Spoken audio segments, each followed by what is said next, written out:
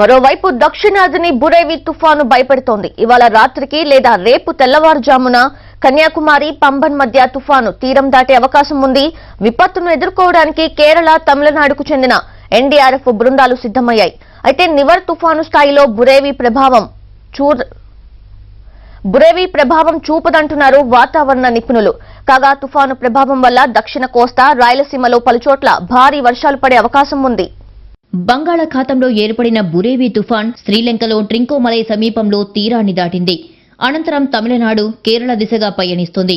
బురేవి తుఫాన్ ప్రభావం వల్ల సాగరం కల్లోలంగా మారింది. తుఫాను ప్రభావం వల్ల భారీ నుంచి అతి భారీ వర్షాలు పడే అవకాశముందని నిపుణులు అంచనా వేస్తున్నారు. బురేవి తుఫాన్ ప్రభావం ఎక్కువగా దక్షిణ తమిళనాడు, కేరళలోని పలు ప్రాంతాలపై పడనుంది.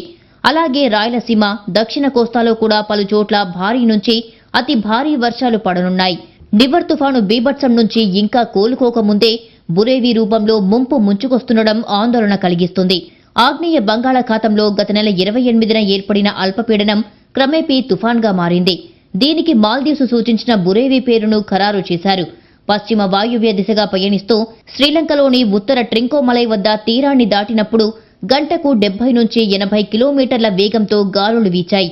కాగా శ్రీలంక భూభాగంపై దాదాపు 100 కిలోమీటర్లు ప్రయాణించి మన్నార్ గల్ఫ్లోకి ప్రవేశించిన తర్వాత కూడా బురేవి తుఫాన్గానే కొనసాగనుంది. పశ్చిమ నైరుతి దిశగా పయనించి దక్షిణ తమిళనాడు తీరం దగ్గర మరోసారి తీరం దాటనుంది. కన్యాకుమారి, పంబన్ మధ్య ఇవాళ రాత్రి లేదా రేపు తెల్లవారుజామున తుఫాన్ తీరం దాటే అవకాశముందని అంచనా వేస్తున్నారు వాతావరణ నిపుణులు. తమిళనాడు, కేరళలోని బురేవి ప్రభావిత ప్రాంతాల్లో సహాయ చర్యలు చేపట్టేందుకు ఎన్డీఆర్ఎఫ్ బృందాలు సిద్ధంగా ఉన్నాయి. కేరళలో హౌసింగ్ బోట్ల వినియోగం తాత్కాలికంగా నిషేధం విధించారు. కాగా కేరళ ముఖ్యమంత్రి పినరై విజయన్తో తుఫాను పరిస్థితులపై ప్రధాని నరేంద్ర మోడీ చర్చించారు. విపత్తును ఎదుర్కోవడానికి తీసుకుంటున్న చర్యలను ప్రధానికి విజయన్ వివరించారు. కాగా కేంద్రం నుంచి అవసరమైన సాయాన్ని అందజేస్తామని విజయన్కు హామీ ఇచ్చారు ప్రధాని మోడీ. నివర్ తుఫాను స్థాయిలో బురేవి ఉధృతి ఉండకపోయినా నష్టమేమీ తక్కువగా ఉండబోదని హెచ్చరిస్తున్నారు నిపుణులు.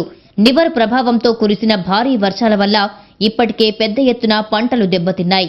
రిజర్వాయర్లు పొంగిపొర్లాయి. నివర్ మిగిల్చిన నష్టాల నుంచి ఇంకా తేరుకోకముందే మరోసారి భారీ వర్షాలు కురవబోతున్నాయనే అంచనాలు ఆందోళన కలిగిస్తున్నాయి.